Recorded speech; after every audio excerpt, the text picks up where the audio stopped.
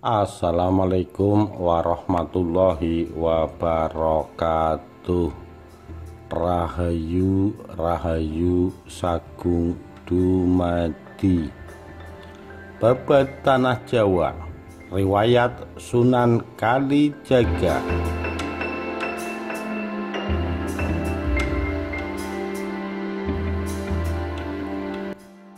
Diambil pupuh-pupuh dari Babat Tanah Jawa yang berkaitan dengan riwayat Sunan Kalijaga, diterjemahkan oleh Damar Sasangka.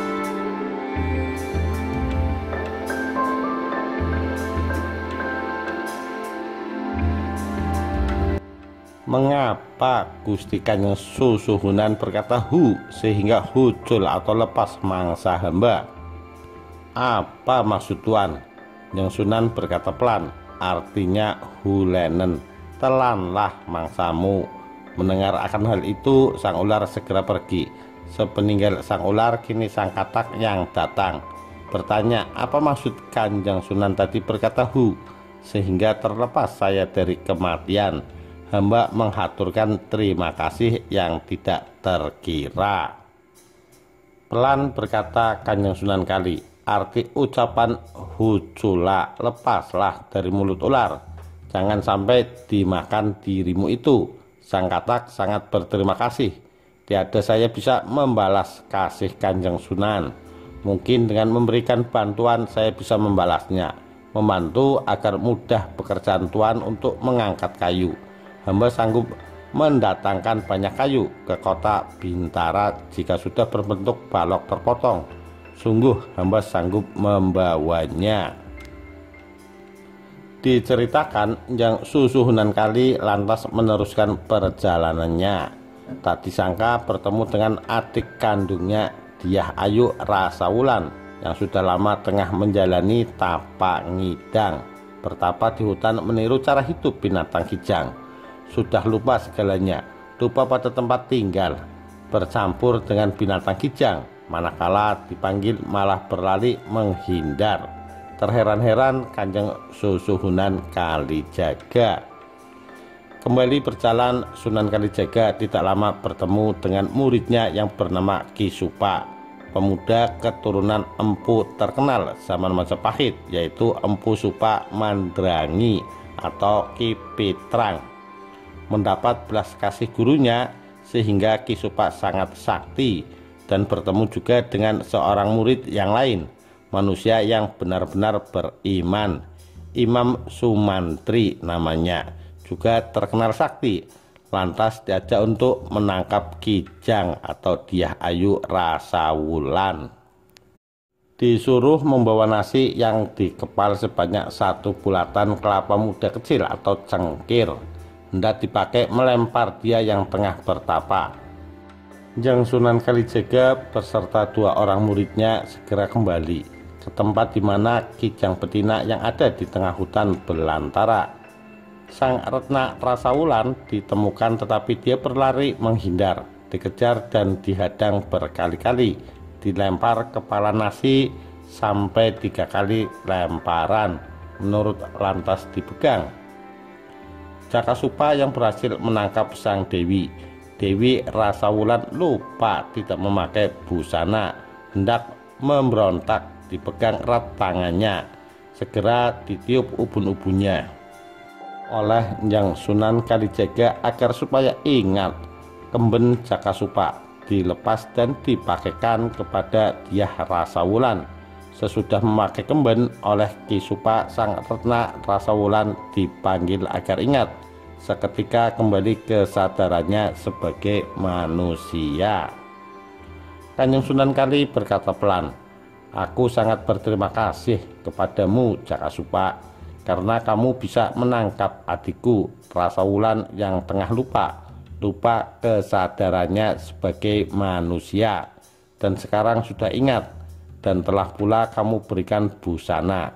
Oleh karena itu ambillah tahta negara Tuban, dan engkau adikku menikahlah dengan Jakasupa. Sang Ratna dari Tuban Rasawulan menghaturkan kesediaannya. Kanjeng Sunan Kalijaga menghantarkan mereka pulang ke Tuban. Setelah sampai di negeri Tuban, bertemu dengan Rama dan ibu, Sang Dyah Ratna Dumilah. Dipeluknya putri satu-satunya yang baru pulang, lantas merangkul kedua putranya.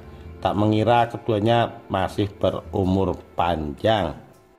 Tidak diceritakan pertemuan dia yang tengah menangisi putranya. Kedua putra mengaturkan sembah kepada Rama dan ibunya. Sang Adipati Tuban berkata pelan, "Duh putra belahan jiwaku, aku sudah tua, janganlah pergi-pergi lagi. Ambillah tahta negerimu Tuban. Diriku sudah mendekati janji kematian." Kanjeng Sunan Kali mengaturkan kesediaan, lantas berkata untuk menceritakan perjalanan dirinya selama pergi dari Tuban. Diceritakan semuanya dari awal hingga akhir. Berikut juga keadaan adiknya Rasawulan. Diceritakan semua kepada Rama dan ibunya. Sangat heran Ki Adipati Tuban mendengarkan cerita yang membuat hatinya terenyuh kepada sang putra. Sang Adipati Tuban berkata pelan, "Sudah segera laksanakan pernikahan adikmu dengan Ki Supa. Nikahkanlah adikmu Rasawulan. Segera dilangsungkan pernikahan. Sudah dipertemukan dalam sebuah resepsi." Tak diceritakan resepsi pernikahan sang putri Rasawulan, keduanya rukun dalam ikatan pernikahan. Pupuh Kinanti. Syekh Malaya menyembah dan berkata kepada Kanjeng Sunan Gunung Jati, "Duh yang mulia yang hamba puji, hamba memohon petunjuk sejati." Syair yang sudah diucapkan oleh para ahli tasawuf. Bagaimanakah arti sesungguhnya? Semoga ada belas kasih paduka, karena saya masih muda dan masih bodoh, bagaikan hewan seumpama. Yang Sunan ing Gunung Jati pelan berkata, "Dengarkanlah sekarang aku wejang." Syair itu sama dengan kidung, kata-kata mutiara yang dibuat sebagai pengingat-ingat oleh para syekh di tanah Arab. Namun kata-kata itu harus memiliki irama dan harus indah. Ini adalah sebuah syair dari Syekh Ibrahim Arqi. Manakala tengah bertemu di sebuah cermin yang sangat bersih, bertemu dengan cahaya matahari, maka terlihat di dalam cermin itu bagaikan api yang berkobar, nyata tanpa penghalang lagi. Bagai sepucuk bawang jaraknya, dia yang mencari dengan dia yang tengah dicari, dia yang ingin bertemu dengan dia yang ingin ditemui. Adikku, renungkanlah benar-benar. Inilah bunyi syair dari Syekh Ibrahim Arqi. Ada lagi syair dari Syekh Sabti. Sungguh-sungguh makrifat dia tetap akan menjadi penghalang antara yang melihat dengan yang dilihat.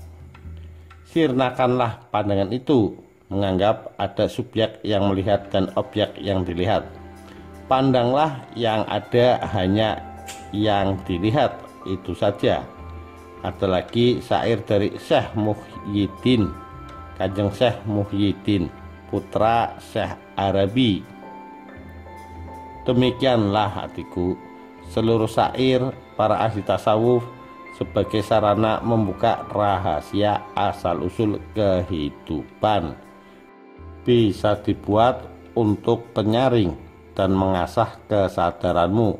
Syekh Malaya menerima anugerah yang begitu berharga. Intisari makna dari kata-kata. Syekh Malaya mencium kaki Kanjeng Sunan Gunung Jati, berkata pelan, "Manusia yang disebut guru ilmu sejati,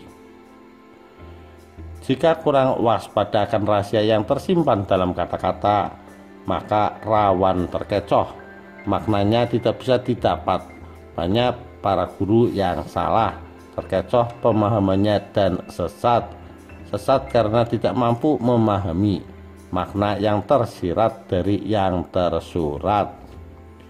Kanjeng Sunan Gunung Jati berkata pelan, sangat sulit memahami rahasia hidup, walaupun ahli kitab, ahli suluk dan ahli fikir. Apabila tidak berguru, pemahamannya kurang benar. Bagi seluruh para aulia, segala yang tertulis hanya dibuat sebagai catatan semata. Akan tetapi intisarinya belum tentu bisa dituangkan dalam tulisan tersebut. Makna akan didapat bila dikupas. Bisa dengan cara saling bermusyawarah agar mendapat kemuliaan saat menjelang kematian. Pupuh Megatruh.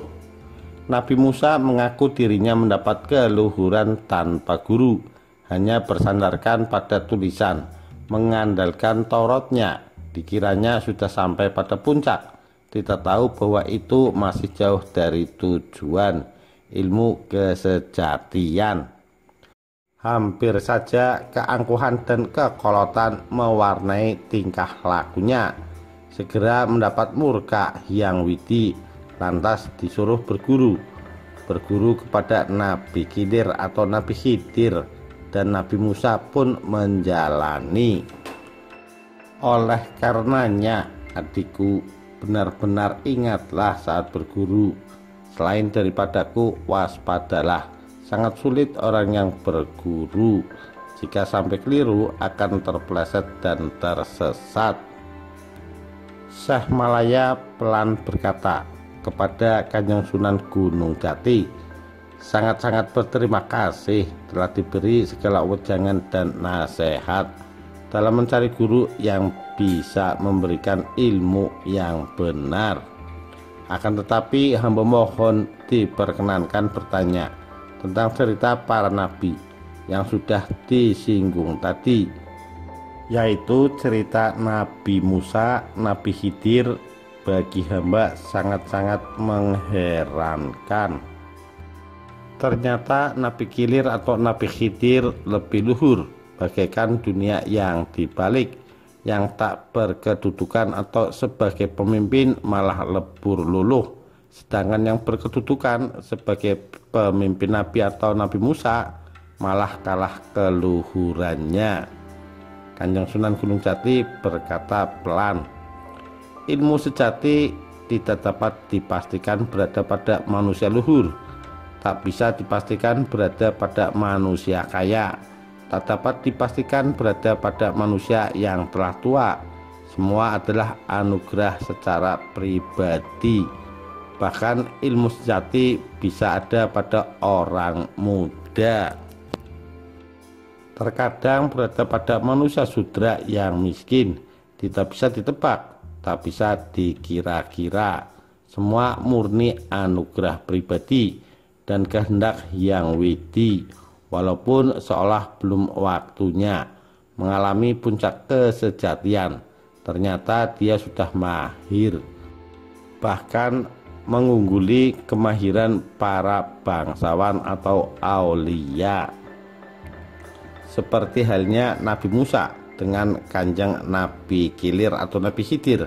Kesadaran akan kesejatian lebih unggul Nabi Khidir atau Khidir, sebab sudah mencapai tingkatan tidak terpikat segala keduniawian, mampu melampaui hawa nafsu, batinnya telah bercahaya jernih. Dimanapun dia berada, cahaya jiwanya berkedip bagai kunang-kunang. Mendapat anugerah, beliau Nabi Khidir atau Nabi Khidir diangkat sebagai Nabiullah, hidup tak dapat mati, berbadan gaib, lahir batin telah sempurna, telah melampaui segala kitab suci. Tapi entah sekarang keberadaan beliau, karena cerita antara Nabi Musa dengan Nabi Khidir tersebut sudah tertimbun oleh rentang waktu yang lama.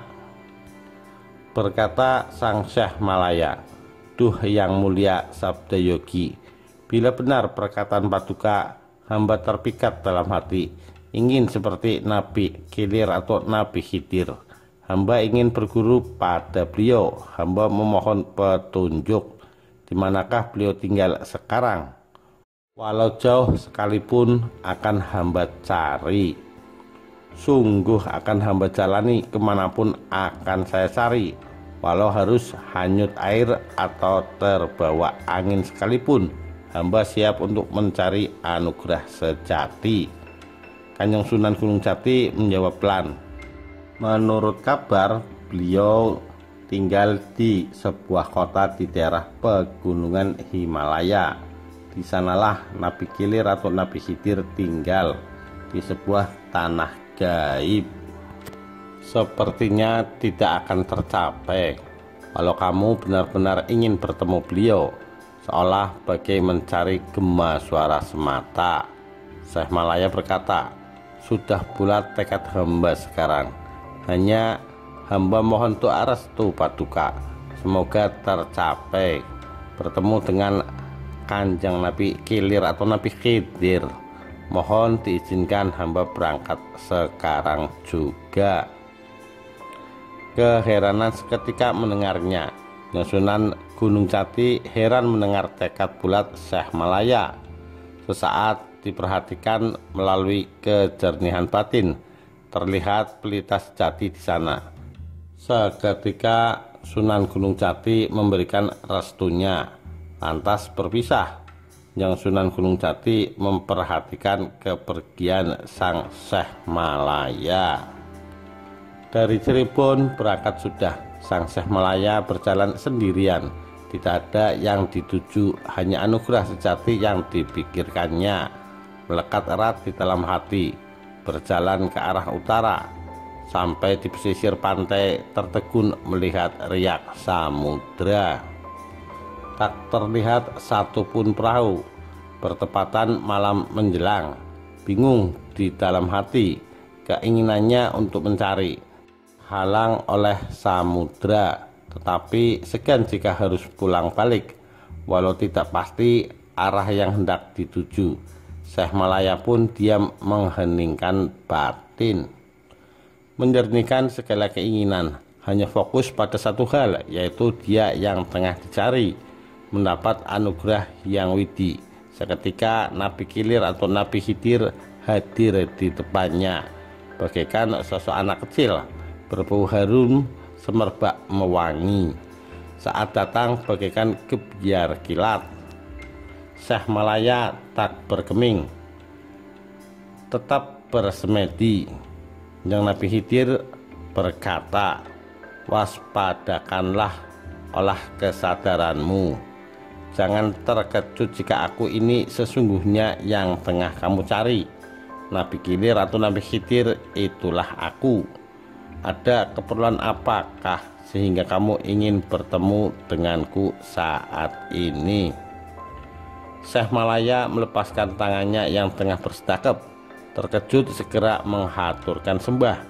Pelan dia berkata, hamba pasrah kepada kehendak sang yogi. Sungguh Tuhan yang penuh kasih, tidak tersilap kenapa maksud hamba yang sesungguhnya. Nabi Khidir atau Nabi Khidir berkata, tepat apa yang kamu katakan. Sebelum kamu haturkan maksudmu sesungguhnya, aku telah mengetahui. Dirimu hendak berguru, menginginkan seperti diriku menjadi Nabiullah. Apa bisa menjalani, tidak terikat dengan duniawi? Syekh Malaya menyembah dan berkata, karena sudah hamba tekadkan, berat maupun ringan akan hamba jalani, asal mendapatkan kasih Tuhan. Kasih kepada diri hamba yang masih bagai binatang. Hamba mengharapkan jalan mulia. Yang Nabi Khidir berkata pelan, aku hanya menunjukkan, semua tergantung dirimu sendiri. Sekarang pejamkan matamu, aku akan tunjukkan tempat yang hening, agar tahu apa arti ikhlas itu. Syekh Malaya menurut, sedangkan Yang Nabi Khidir seolah berkelebat dari tempat semula, bagai tak menginjak bumi. Syekh Malaya tidak tinggal diam mengikuti. Tak berapa lama telah sampai di sebuah tempat yang sangat luas, bagai lapangan tanpa tepi. Di dikelilingi samudra tanpa batas. Syekh Malaya sudah diperintahkan untuk membuka mata. Syekh Malaya melihat tempat yang sangat luas dan samudra tanpa batas. Tertegun kala melihatnya. Tidak diketahui mana utara, mana selatan, mana barat, mana timur. Matahari dan bulan pun tidak terlihat, seolah-olah berada di bawah dunia. Syekh Malaya menyembah dan berkata, "Paduka Sang Maha Yogi, izinkan hamba bertanya, alam apakah ini? Segalanya sangat sepi, lamat-lamat dan sunyi. Sunyi tak terbatas." Menjawab sang Nabiullah Khidir, "Ketahuilah, inilah tempat tinggalku. Tidak ada apa-apa, hanya sepi dan kosong belaka. Lantas mengapa kamu terpikat, hendak meniru diriku ini? Apa yang hendak kamu cari? Di sini sangat sunyi sepi." Menjawab Syekh Malaya, "Walaupun begitu hamba tidak mundur, karena sudah menjadi tekad bulat hamba. Walau harus mati, tidak akan goyah tekad hamba." Yang Nabi Khidir atau Nabi Khidir berkata, "Syukurlah jika benar-benar telah mantap. Mari kita berjalan." Sang Syekh Malaya menurut, lantas berjalan beriringan. Tak berapa lama melihat 3 cahaya terang bagai matahari sinarnya, berwarna merah, hitam, dan kuning. Syekh Malaya bertanya, "Ini cahaya apakah?" Menjawab yang Nabi Khidir atau Nabi Khidir, "Ini pramana namanya. Seandainya berada di dalam dirimu, mana yang akan kamu pilih?" Syekh Malaya menjawab, "Sangat takut saya menjawab kalau tidak ada petunjuk." Tak beberapa lama kemudian terlihat cahaya putih sangat cemerlang mendekat ke arah 3 cahaya yang dulu. Syekh Malaya bertanya, "Cahaya apakah yang terakhir?" dan mendekat ke arah ketiga cahaya yang lain. Yang Nabi Khidir pelan menjawab, "Pilihlah salah satu." Syekh Malaya menjawab, "Tidak mau." "Jikalau tidak diberi petunjuk jelas," berkata yang Nabi Khidir, "semua cahaya itu sesungguhnya satu kesatuan. Keempat-empatnya berada di dalam dirimu. Semua ada pada dirimu, mendorong perbuatan yang tidak baik maupun yang baik. Yang berwarna merah mendorong keinginan yang baik, tapi juga bisa mendorong keinginan yang keras dan angkara. Cahaya merah lambang perasaan, ahamkara dalam bahasa Sanskerta, naf, amarah dalam istilah tasawuf, dan getih dalam istilah kejawen. Membantu awas serta kewaspadaan budi atau kesadaran. Sedangkan cahaya yang berwarna hitam mendorong keinginan untuk bingung, ragu-ragu, dan tercekam, penghalang perbuatan positif. Sedangkan cahaya kuning mendorong kreativitas, akan tetapi juga menyebabkan pikiran yang aneh-aneh. Cahaya hitam lambang ingatan yang berisi segala hal trauma negatif maupun kenangan positif. Cita dalam bahasa Sanskerta, nafluwamah dalam istilah tasawuf, dan puser dalam istilah kejawen.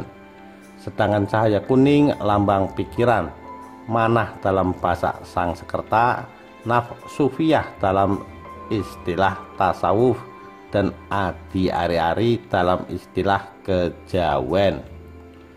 Cahaya putih itu nyata, mendorong ke arah kesucian, cenderung tentram. Hanya cahaya ini yang mampu menerima petunjuk rahasia. Itulah sesungguhnya wujud atau rupa kesadaran yang bisa menerima anugerah, yang mampu memancarkan pamornya kepribadian positif. Akan tetapi cahaya putih dilingkupi 3 cahaya yang lain. Cahaya putih lambang kesadaran, budi dalam bahasa Sanskerta, naf mutmainah dalam istilah tasawuf, dan kakang kawah dalam istilah kejawen.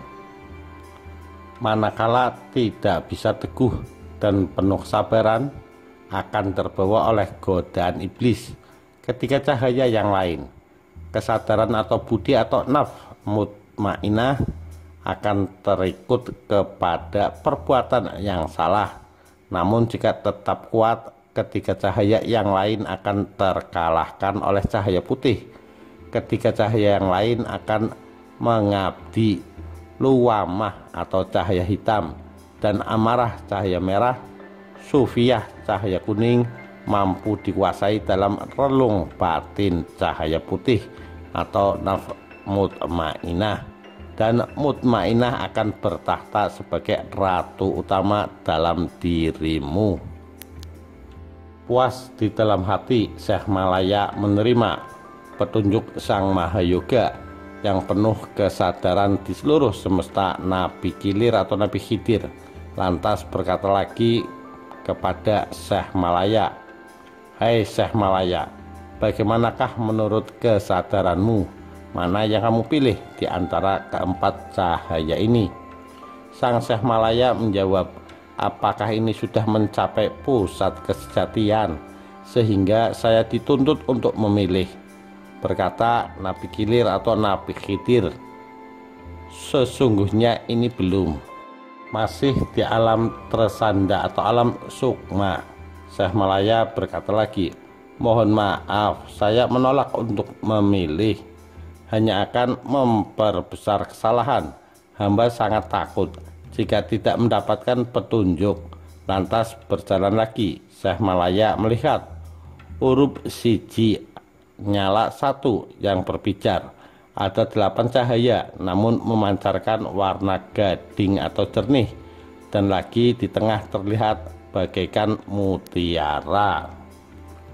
Berpendar menyala-nyala silau. Syekh Malaya bertanya kembali, "Nyala apakah ini?" Berbicar mengagumkan. Nyalanya hanya satu warna, tapi berasal dari 8 warna. Nabi Kilir atau Nabi Khidir menjawab, "Pengarep uruping budi, pusat nyala kesadaran. Inilah yang sejati, wenang tunggal, yang sesungguhnya berhak menyatu dengan atma atau ruh. Inilah pusat nafs mutmainah atau budi atau kesadaran, yang berhak menyatu dengan ruh, atma dan Allah, Brahman." Ingat ayat, "Wahai jiwa yang tenang, kembalilah kepada Tuhanmu dengan rela dan diridhoi." Seluruh warna, 8 warna itu ada di dalam kesadaranmu, anakku, menggambarkan isi semesta, jagat agung hingga jagat cilik. Sungguh tak ada beda, termasuk 4 jalan awal tadi, yaitu 4 cahaya adalah lambang seluruh kehidupan di dunia. Semua tergambar pada dirimu, jagat agung dan jagat cilik. Isinya tiada beda sebagai pertanda sejati. Seluruh cahaya 8 sudah ada, berkumpul menyatu kepada wujud sejati yang bagaikan bentuk kumbang menggantung, berbicar bagai mutiara indah yang bercahaya tanpa bayangan, yaitu yang ada di pusat cahaya 8 tersebut. Syekh Malaya menghaturkan sembah dan bertanya, "Duh Sang Mahayogi, apakah ini yang menjadi pusat pencarian spiritual, yaitu wujud sejati itu?" Nabi Kilir atau Nabi Khidir menjawab pelan, "Bukan yang kamu cari. Yang maha unggul dalam kesejatian tidak bisa dilihat dengan mata kasar maupun mata batin, tanpa bentuk, tanpa warna, akan tetapi bisa memberikan warna seisi dunia, tak berwujud dan tak terlihat, tidak bertempat tinggal di suatu tempat, berada di mana-mana, yang maha sadar, memenuhi semesta, meliputi seluruh makhluk.